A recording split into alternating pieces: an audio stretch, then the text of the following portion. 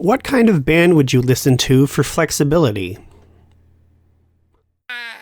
Good morning, Miss Anne. Good morning.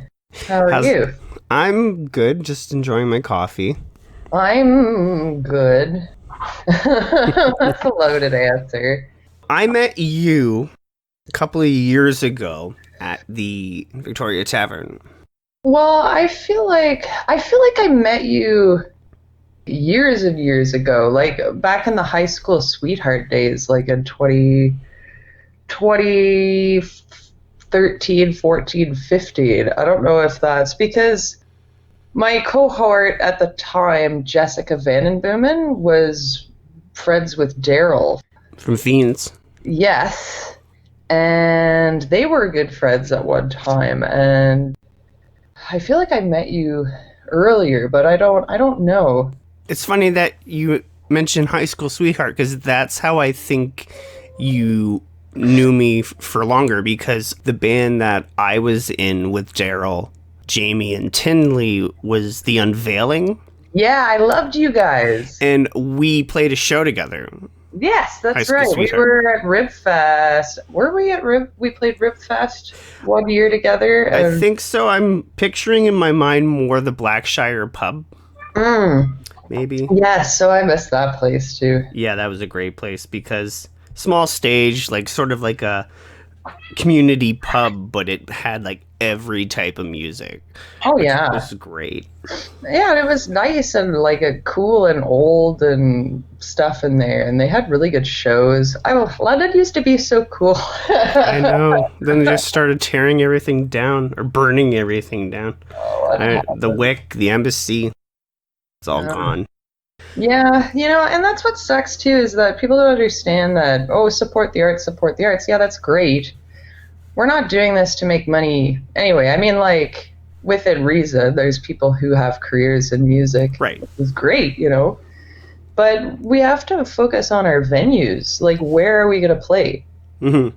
You support a scene that incorporates venue, that incorporates bands, that incorporates friend circles, nearby high schools, colleges. I mean, it's a community, and it's based on locations as much as it's based on people. And like, these venues were old, and they had cultures that predated even us playing music. You really got that vibe when you played those. Like, at one point you were like, oh, it was a big deal to get a gig at the Wick or at Call the Office or the Embassy or Blackshire. I mean, Edie was a big part of those. Brett and Edie was a part of those nights too. Mm-hmm. It was a big deal to play at these venues, and I don't know. We lost a lot of culture here. Makes me sad.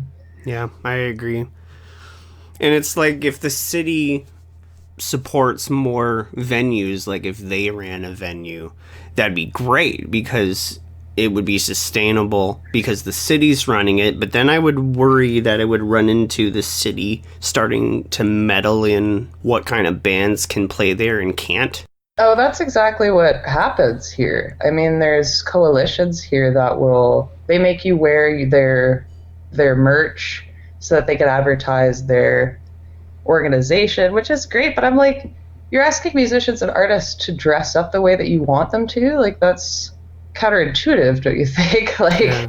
You're supporting their music, but you're not supporting their identity. Like, what makes their music them? I write music about abortions and drug addiction and mental health issues and stuff like that. This isn't music that a municipality would necessarily want to get behind, because it's hard for these organizations to get behind stuff like that, because they're like, well, we don't want to offend anyone. Well, I'm not doing this. I'm not writing music to try to offend someone, but it's a conflict of interest. I mean, do you see where I'm getting at? Like, oh, for sure. I think the musician or the artist or the comedian should have carte blanche to practice their craft the way that it was intended without meddling in, because then you're just destroying the integrity of it, the heart of what it is, Yeah. Along the lines of the city supporting musicians, back in September, you were part of the Women of London Music Showcase. Yeah. Down out front of Bud Gardens. Tell me how that was and what sort of experience that was like. Well, that was an interesting experience. Like, well, I've worked with Mario Cercelli on a couple of things. I was the one that organized the women's showcase last year for the FCLMAs, and that was a lot of fun. That was at the London Brewing Co-op. You know, a really grassroots local business. They were really appreciative that we hosted it there.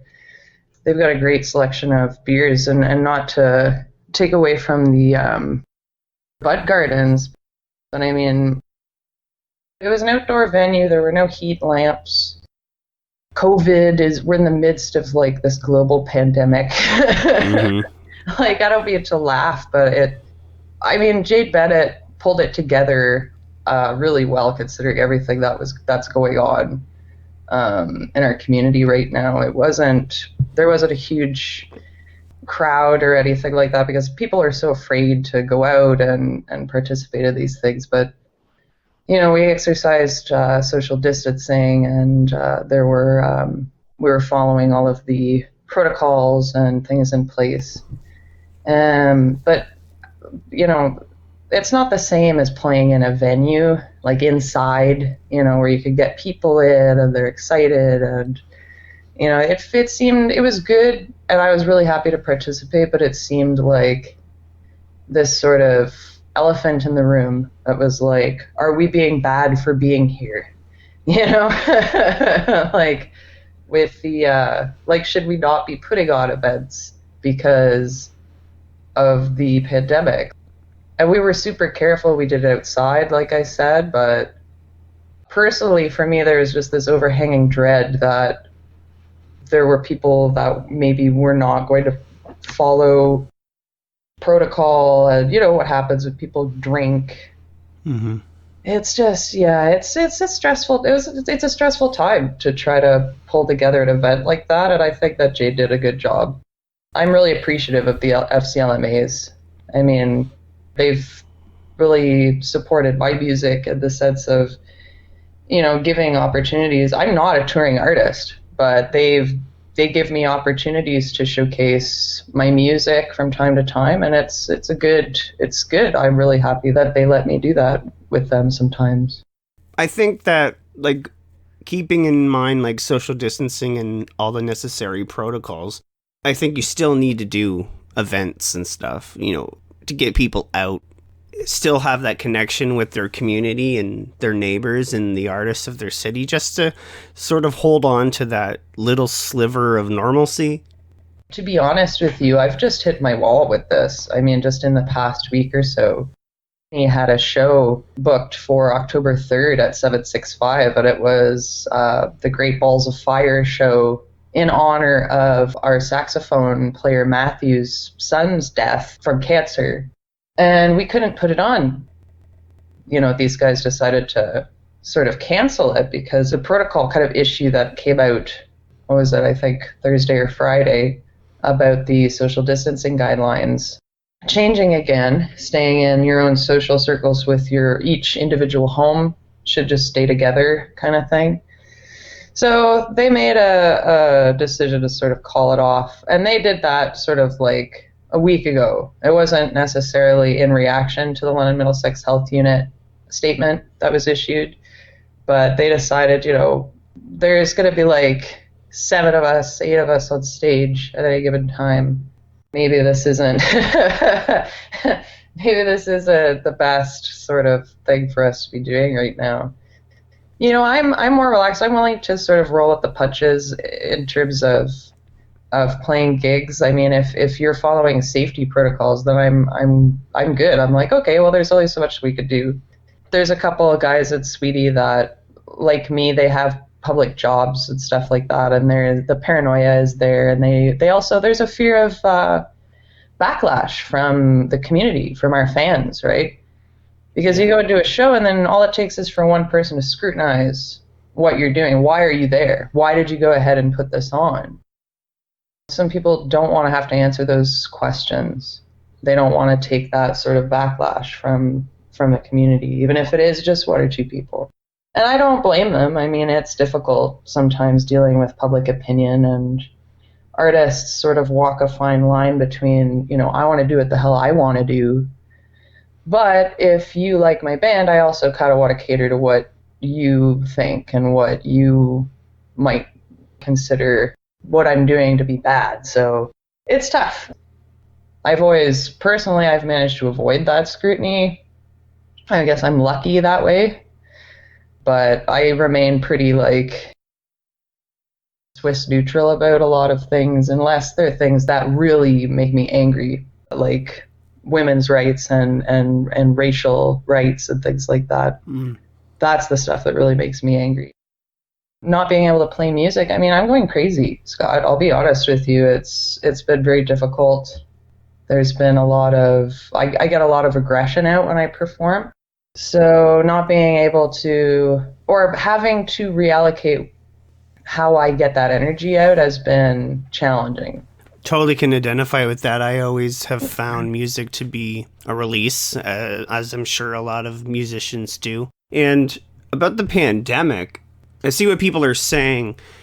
I don't really agree with the whole notion of somebody who's running an event is responsible for the people that go to that event. If you're holding a concert or a comedy show or like an art gallery showing, and you're somebody that wants to check out one of those events, but you know that you have some of the symptoms of COVID, it's your responsibility not to go to those events. Yes. So it's that fine line between, is it the organizer's responsibility? I tend to sway on the side of it's the individual's responsibility not to infect everybody else. Honestly, it's North American society. It's the sense of accountability and ownership, and it all revolves around the insurance. I mean, I think insurance is a great idea. It's wonderful. But Canada, for example, is one of the most overtaxed and overinsured nations on the planet. And it's created this culture whereby if you're organizing something, obviously there's insurance issues that come up when people aren't behaving themselves at your establishment and your venue. So, I mean, that sense of ownership and accountability, I think, has a lot to do with our culture and our society in Canada, and less so with necessarily what's right or what's wrong. You know, and what my opinion is on that, I want people to be safe. I mean, I've worked bars. I know how stupid people can behave. Oh, yeah. You know, and it's nice sometimes when you can exercise control over that scenario, because I would hate to have worked in a bar, a setting where I did not get to exercise control over or exert control over other people, because there was fights that broke out. I mean, people misbehaving, people assaulting women. I mean, and had I not been in the right to stop these things from happening, I mean, I would have felt angry and powerless. So it's a double-edged sword, right? I mean, it's nice. I would love to be able to do whatever I want and not take responsibility for things that I organize. But on the other hand, I know that some people are stupid and irresponsible. So the fact that I am in control of what's happening gives me the right to stop this bad behavior if I choose to. And it's my social responsibility to do so. So I feel two ways. Yeah, it's like that fine line. You want to make sure that everybody's safe, but at the same time you want people to come out and enjoy the show, and you want to enjoy the show. You want to focus on performing and your art and not have to worry about people getting sick or violating the law. So it's definitely a balance. You're in a number of bands and quite a prominent person in the London music scene. The one that I know you most for, Nimue. How did you get involved with that, and how does that band's sound differ from some of the other projects that you're in? After high school, Sweetheart broke up. I went a year without playing with anyone. I was kind of like, well, I don't know if I want to do this anymore. And so actually John Huff, who's been a really big encourager of mine, he was the drummer at one time for Hiroshima Hearts, now Jen Marino and the Hearts. And he's not doing that anymore, but at the time, he was always bothering me. When are you getting back into music? Like, what are you doing? Like, so finally, I just to shut him up, I guess, at the time, I went over to his house and we started just jamming some original tunes that I'd written that didn't have an outlet. Like, there was no band, there was nowhere for these songs to go. Jessica didn't like them when we were in high school sweetheart, so it was like, basically Nimue is the high school sweetheart reject songs in a way. So I started jamming with Huff, and then Nick, my husband, started playing bass with us. So that John was really busy with the Hearts, and he was touring with Sarah Smith. So Nick took over on drums, and we got Jagger Benham on bass. And we used to jam with Kyle Leisner on guitar. He was from House of Cards. And they were a really good band. They were one of the OG bands from back in the EMAC days when they were doing that $5,000 contest on the radio for recording. Mm-hmm. House of Cards did one. High School Sweetheart did one. There were a bunch of bands from that time period. That was about 2013, 2014. That had won that contest here in London, and we were going in and out of EMAC. We all knew each other. It was a lot of fun.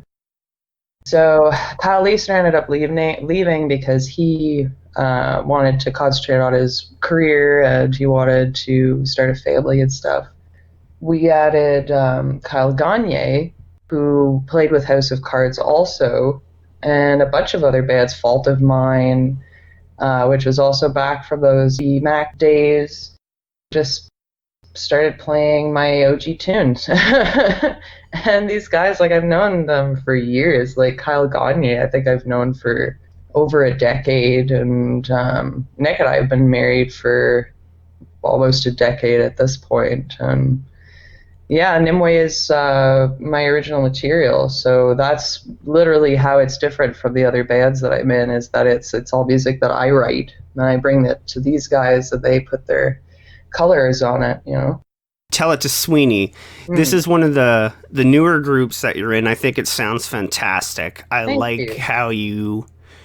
I don't know how many other bands in this genre have returned or have brought the genre back, but the whole 1920s big band sound, but mixed with rock, it just sounds awesome. Because my grandfather used to run a big band in like the 50s, 60s, and 70s, and I like listening to Frank Sinatra, Count Basie, Nina Simone, and she's great.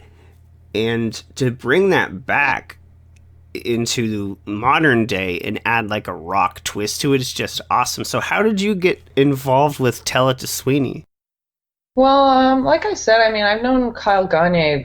Gagne is the guitar player for Sweeney. He's pretty much the grand master of that band. He does a lot. He wasn't even the one that started the band originally. I don't know a huge amount of his personal history, but he's definitely a ringleader of sorts. He is really good at aggressively organizing other people when things need to be done, which is great, because it's nice to see someone that you care about take on such an assertive role. And I respect Kyle a lot. I think he's really fun and charismatic.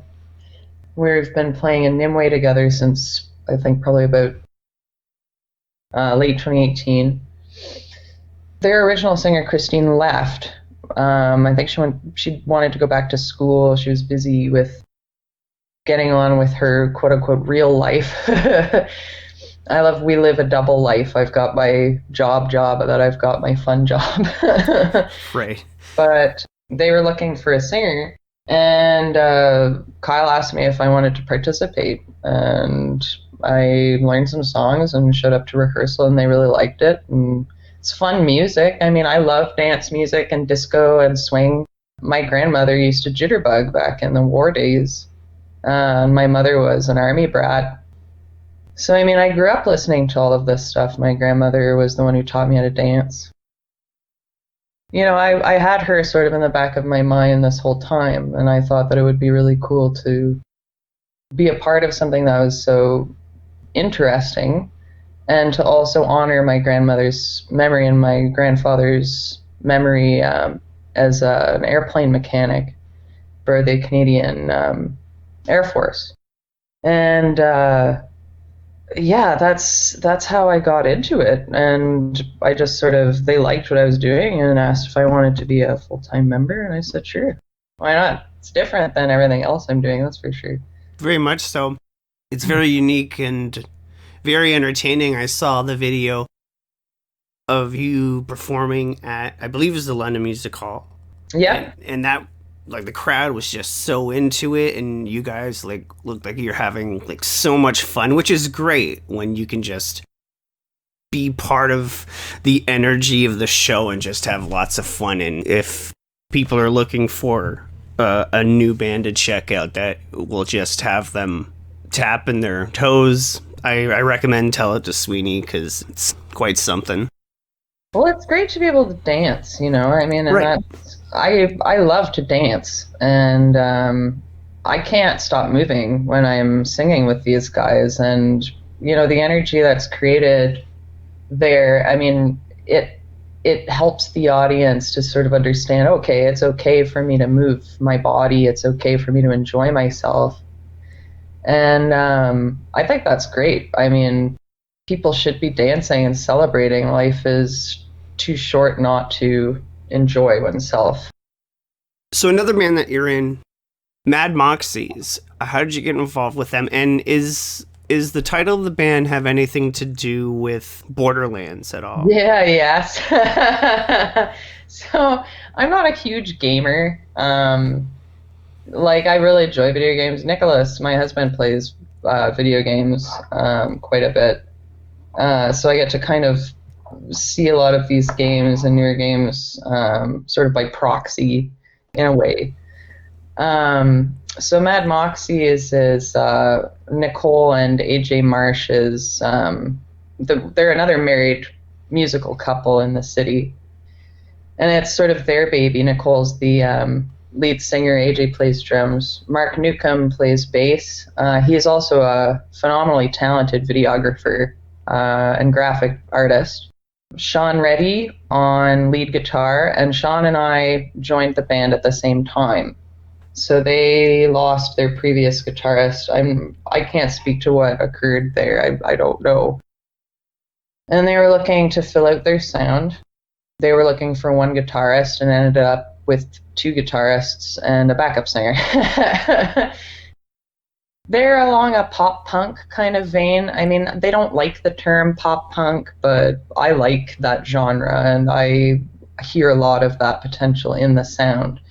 They're huge fans of Foo Fighters, which is not necessarily one of my favorite bands, but that energy is there. I like that rock energy.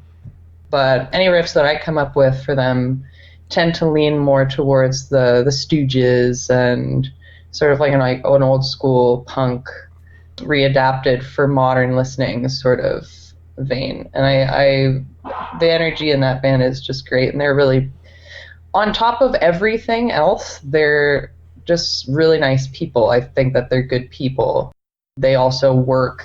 Nicole and AJ have a son, and they're good folks. I mean, they're not, oh, let's do all these drugs and party and blah, blah, blah. Like, I've been in so many bands where people are kind of just waste cases, and it's nice to be older now and to work with people who are like, I'm doing this because I love music and I get my kicks playing live, you know what I mean? It's nice to sort of be more mature about music. So Mad Moxie is, we're busy in the studio. We're doing we actually released a couple of videos this year. Bandcamp, Spotify, Apple Music, all those. And yeah, it's energetic, sort of punky rock music. Love it. Lots of fun. I remember Sean Reddy. I met him when he was in the Mojo. Yes, that's how I met him, yeah. And the unveiling, I believe it was the unveiling. Yeah, I think it was the unveiling. We played a show with the Mojo, and he's a very talented and very energetic person when he plays on stage. I'm very impressed with Sean Reddy. So, oh yeah, he loves playing music, and he's one of those people that I love where he is very talented, but he's so modest about it. I like those people that aren't like show offy and, oh, hey, look at me. Like, no, he shows off when he has to, and when he does, he excels time and time again. It's great. He doesn't need to brag. It's awesome when musicians or artists just let their art speak for itself and not be all douchey about it. Oh God, right. Yeah.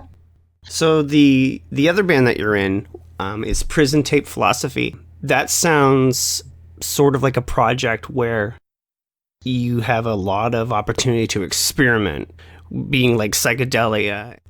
Oh, absolutely. So I play bass. I've been learning bass probably for the past decade or so. I'm not one of those people that's like, oh, I can play guitar, so I'm gonna be able to play bass, no problem. Like, no, bass is a completely different animal that demands a lot of respect. Like, I've never had calluses like this in my life. Totally. So, and Nicholas from Nimue plays drums for them too. And basically, we're a coalition of artists and musicians that come together, and it's an open jam concept. So we're people who enjoy each other's energy. Now we're friends. We get together. Howie Kittleson from Saturday Mornings with Howie Zowie on University Radio, CHRW. He's sort of the grand master behind that. He plays theremin and guitar. And actually, Brian who's one of the sax players, Brian Bailjean from Tell It to Sweeney, he jams keys and flute and sax with us. And yeah, it's basically just like a group of people who get together to jam. The whole sort of philosophy is based on like those old psychedelic bumper stickers from like the 60s and 70s. And it's like a hippie psychedelic open jam. And people freaking love it. I was really surprised. I wasn't surprised, because when we do jam, we kind of hone into this thing that's really kind of magic and outside of us as people and musicians. And the vibe just kind of takes over, and people dig it. I mean, we played a couple shows where people were just like, oh my God, that was the best time of my life, and I've never danced so much, and like, oh my God, this is like the best time. And you're just sort of sitting there like, I have no idea what I'm doing. Like we all just sort of start on this groove. Nick will start playing something, I'll start playing something, the rhythm section will get going. There'll be like ambient noise from theremin and guitar. Brian Bailjean comes in with this crazy sax line. And it's just this energy that kind of is created. And in a live environment, people can't believe it. Like, they're just floored by how much they enjoy watching us literally just jam. And the whole philosophy of it is that, music is everywhere. It exists in every person, in every corner of every room. Sound is important and beautiful, and the vibration of it, our bodies really respond to that. And it's a huge social experiment, really, to have a bunch of people get together and just jam openly without rehearsing and having people enjoy it. Like, how often does that friggin' happen? That's nuts. But it works. It's crazy how it does too. Yeah. It just, you all click into sort of the same source. I know it sounds sort of hokey and woo-woo, but it's true. Yeah, and it is. It's totally like this weird hippie spiritual crap that I would normally be like, oh, well, people won't dig that. But when people come to see us, they can't believe it. They're just completely like, yeah, that was something else. Mm-hmm.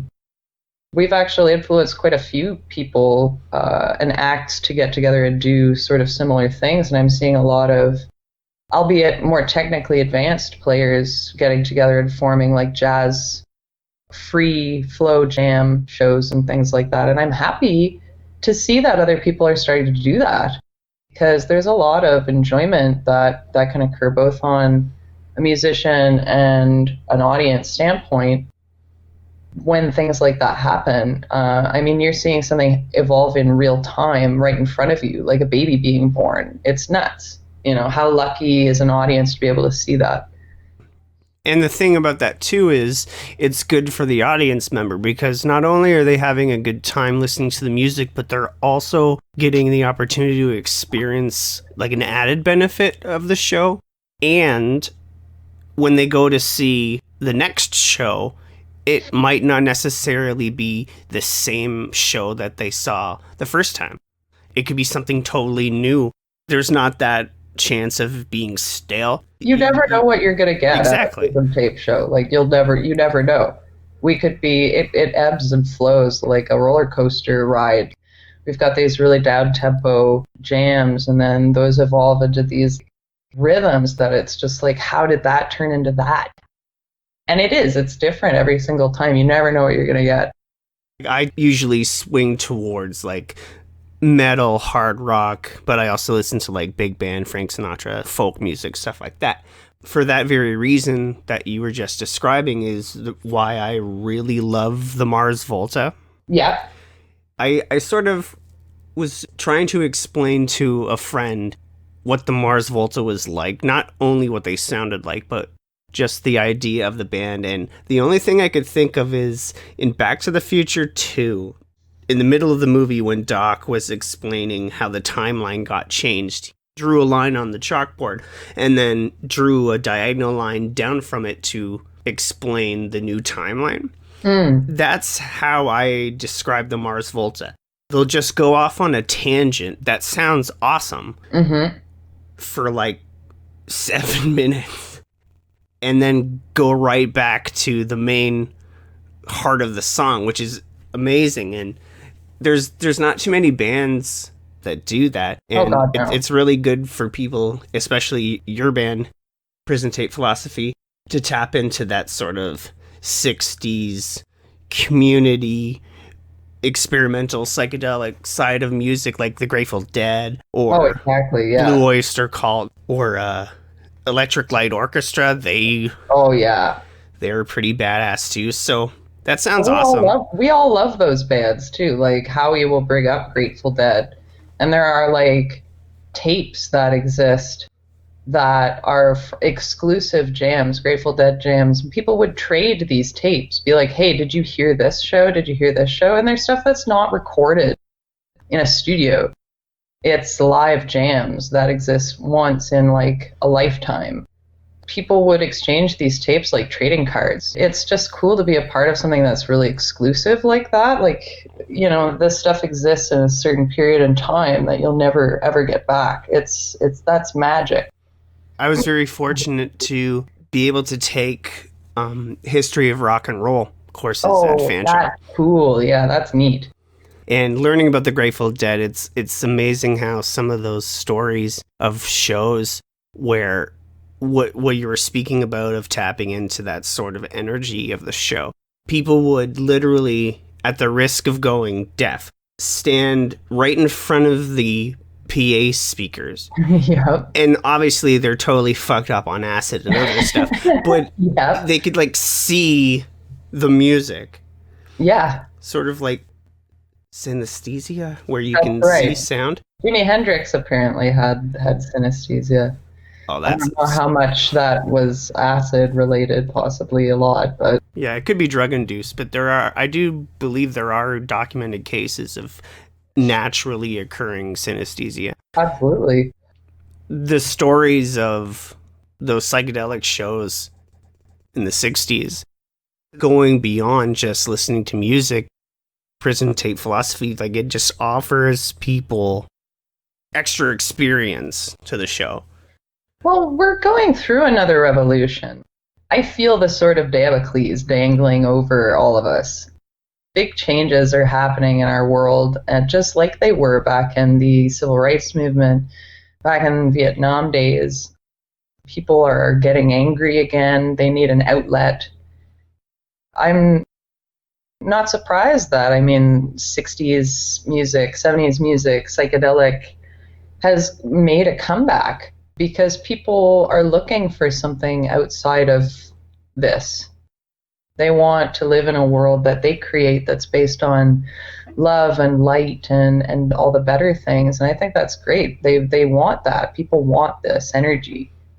Prism tape kind of came around at a very fecund point, another fecund point in our socio-development as human beings, as a human race, to sort of showcase this psychedelic vibe, and people latched onto it right away. And that was not surprising to me. People need this outlet. They want this psychedelic trip. They need an escape.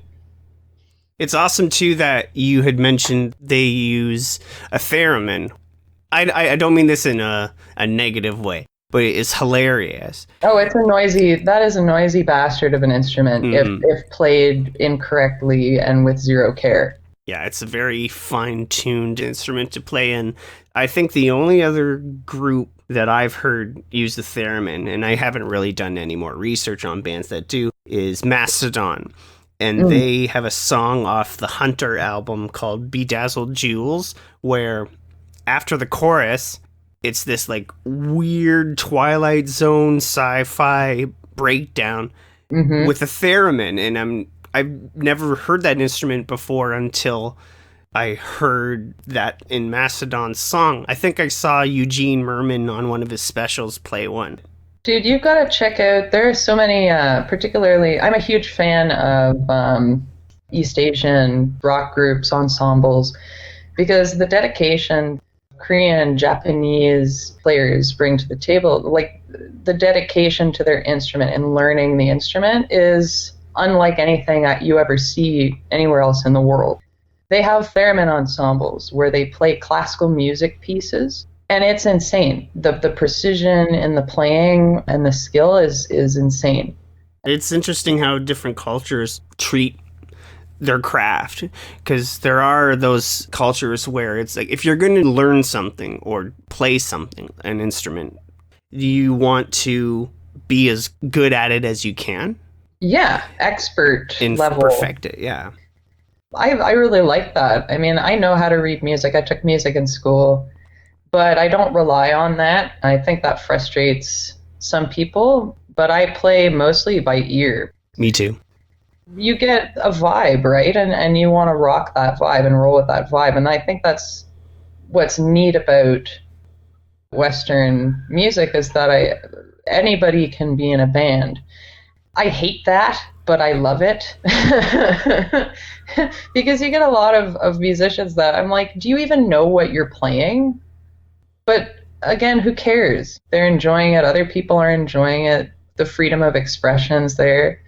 I listen to a lot of jazz and funk jams from the 70s coming out of Japan. And these are skilled players that utilize rudiments and technique. And they're doing live jazz jams that sound like rehearsed recordings. So it's really cool to be able to see that live off the floor feel with this skill and this precision. And it can be done. I was talking to you a couple weeks ago, and I believe Sweeney has just finished recording, or are recording. Yeah, we've got a couple songs on the go. We released our song The Countess back in August, and that came with a really cool video.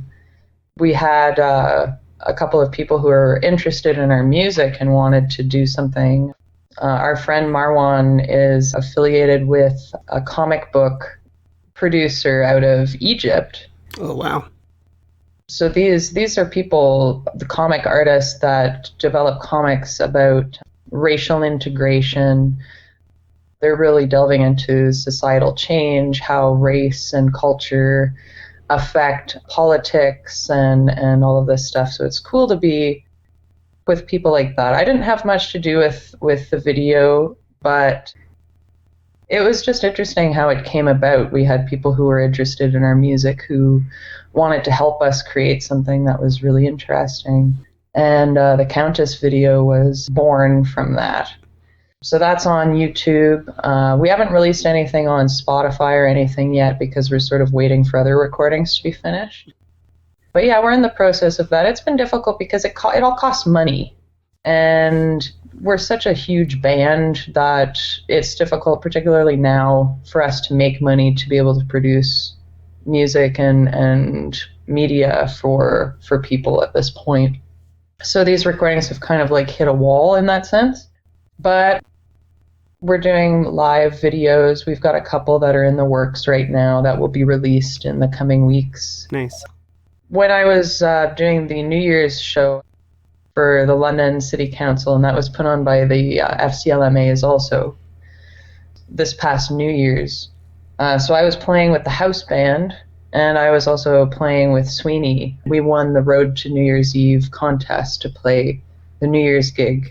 I was speaking with Scotty Bollert and Mario Surselli, and they were telling me the biggest caveat to keeping this band alive is how many people are in it, and keeping them all interested and keeping them all involved and keeping people on board this project. And our lasting power is going to be the real test, especially with COVID right now. And I'm interested to see how this all unfolds.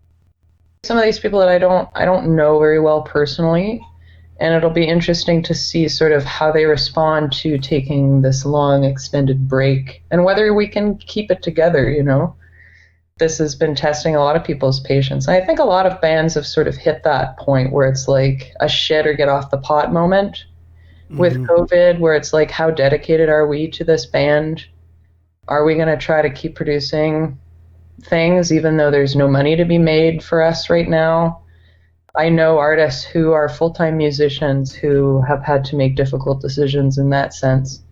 I know a few who haven't had quote-unquote real jobs. I don't like that term, but yeah.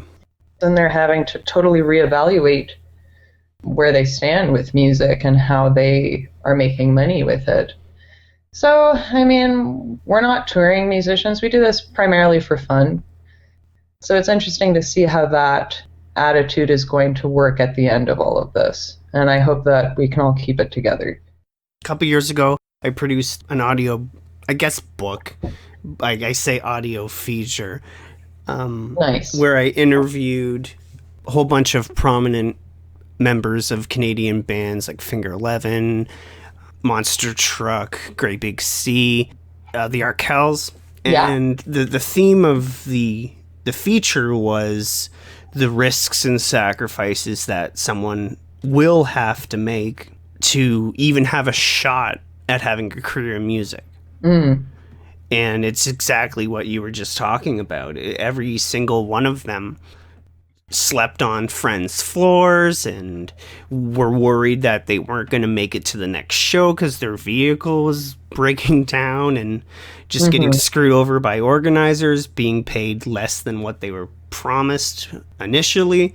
And with COVID, with this whole cloud of uncertainty over everybody, it really separates the people that will just play music and perform music for people anyway. They need to. They're not trying to get a financial incentive out of it. Like, I'm going to become a musician to make lots of money. And it's like, first of all, no, you're not. No. No, you're not. I've probably spent more money than I've made money. Yes, as absolutely. A musician. And it's good to have those aspirations. Every one of us would probably die to have a career in music and have that be your primary source of income. Oh, yeah. The people that this quarantine and this pandemic will sort of shed light on are the ones that are just doing it anyway because that's who they are. And it's interesting to see how people are going to be able to monetize that talent as far as making a living or even just making some side money with everything so uncertain. Right? The game's changed too because you've got online streaming. Here's a good example of that. So Sweeney was talking about how do we get on people's playlists on Spotify. And Brian brought up a really good point. He said, well, the people that are on these new swing or electro swing playlists that are featured on Spotify that get all these listeners are dedicated to their craft.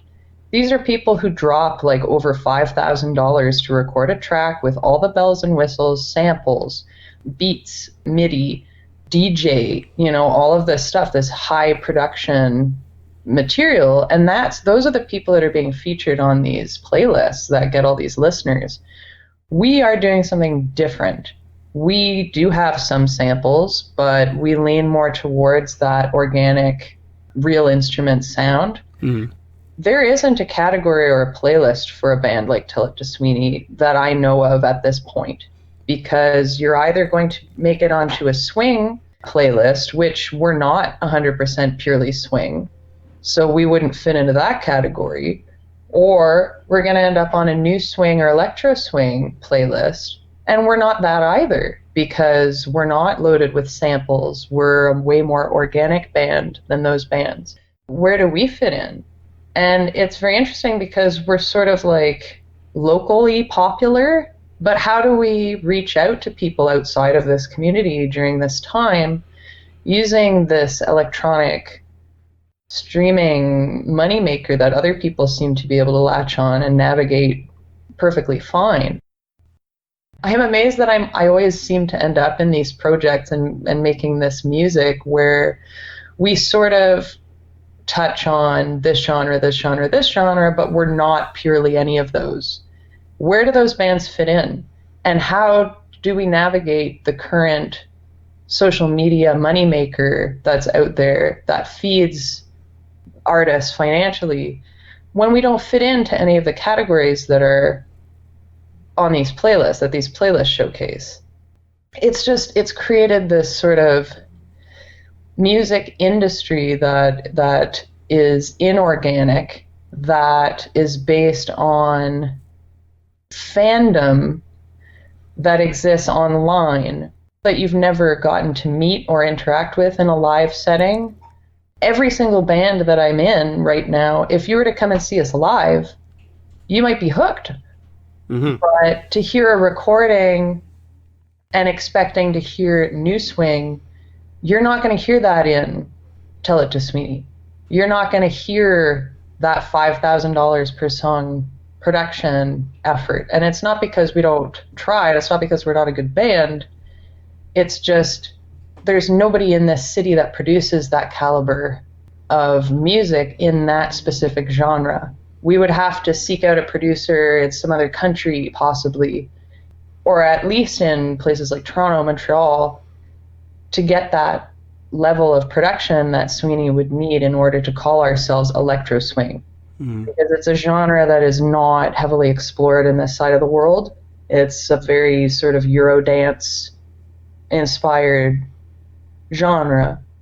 We'd be spending thousands and thousands and thousands of dollars getting that production quality to make it onto those playlists to make money. So, I mean, it's a difficult world to navigate. If you can play shows and make fans that way, that was great. Because like I said, you see a band and you're like, oh, I'm hooked. These guys are awesome. But you're trying to sell a product to people that you can't see. People don't care. Totally.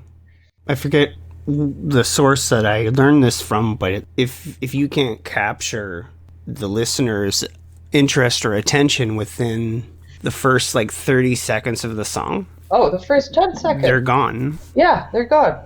The whole aspect of trying to find a way to get more fans and generate that income so you can continue your craft, but throw COVID on top of that, mm-hmm. It has a very dangerous potential of discouraging a lot of people.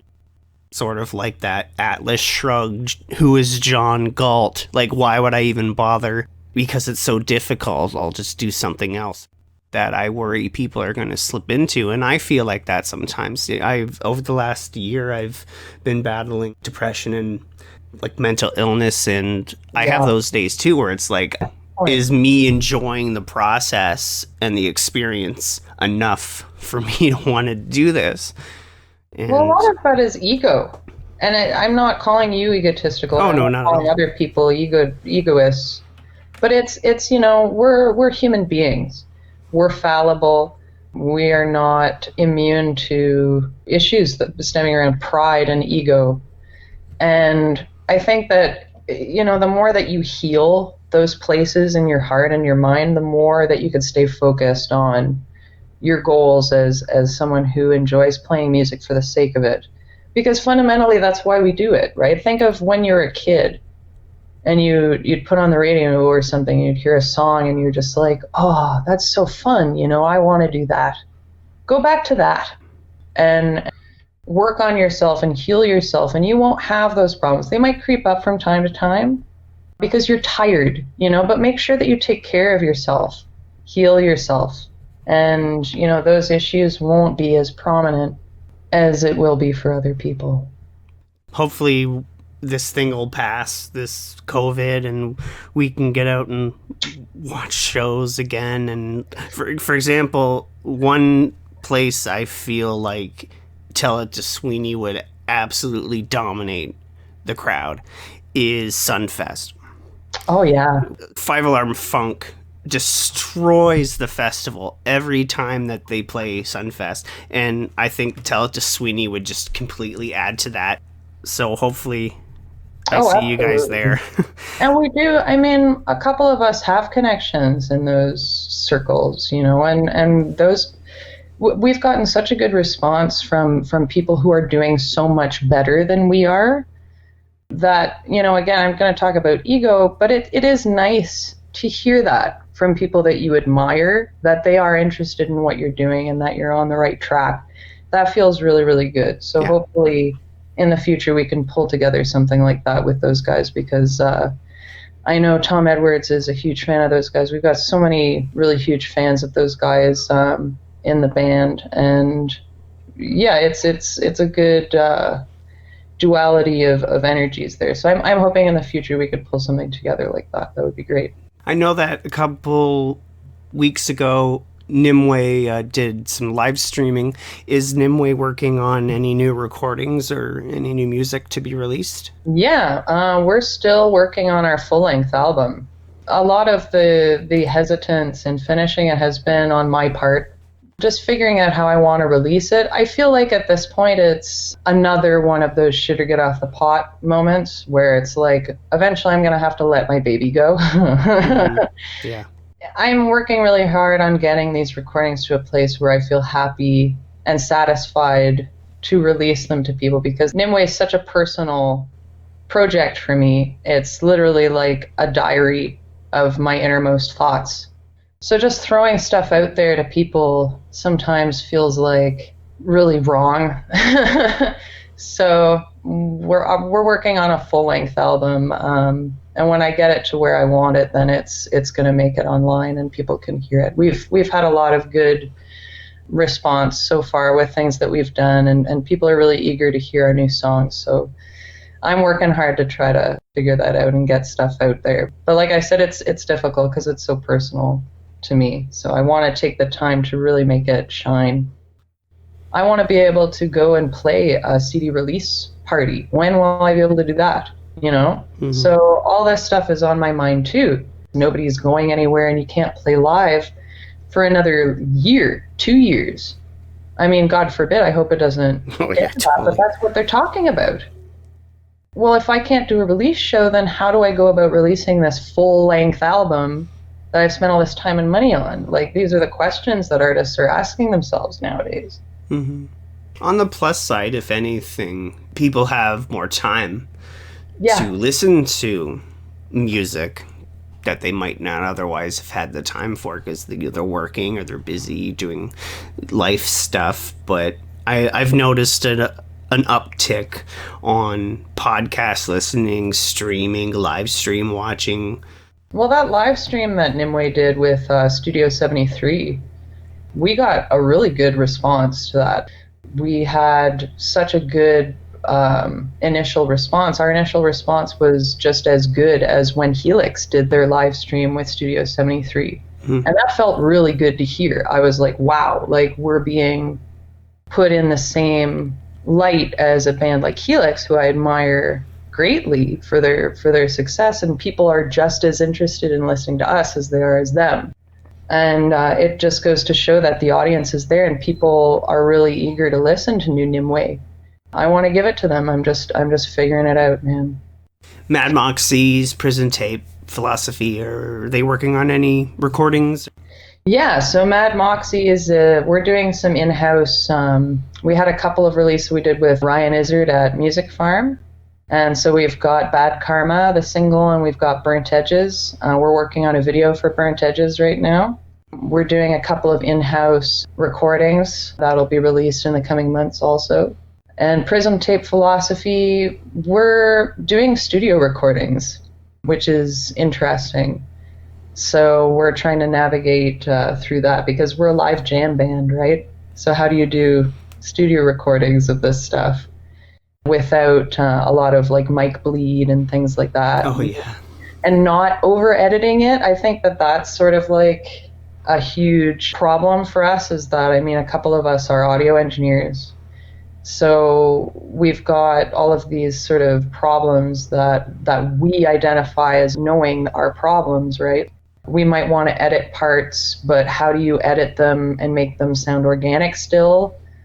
Do we do piece-by-piece recordings and edit the crap out of them, like on a grid? Or do we do live off the floor jams? And now with the COVID restrictions, we can't even get together. So these are the issues that we're facing. We're figuring them out, and we're fiddling around with some studio recordings right now. You can learn more about Anne Moniz on Facebook. Just look up Anne Moniz, Moniz, music. You can find Nimue at nimwayband.bandcamp.com. That's Nimway. You can find Mad Moxies at madmoxiesband.wordpress.com. Moxies is Moxxis. You can find Tell It to Sweeney on Facebook. Just look up Tell It to Sweeney Band. Sweeney is spelled Sweeny. And you can check out Prism Tape Philosophy at prismtapephilosophy.com. You can also check me out on Instagram and TikTok at Scott_loves_puns. Puns is with a Z.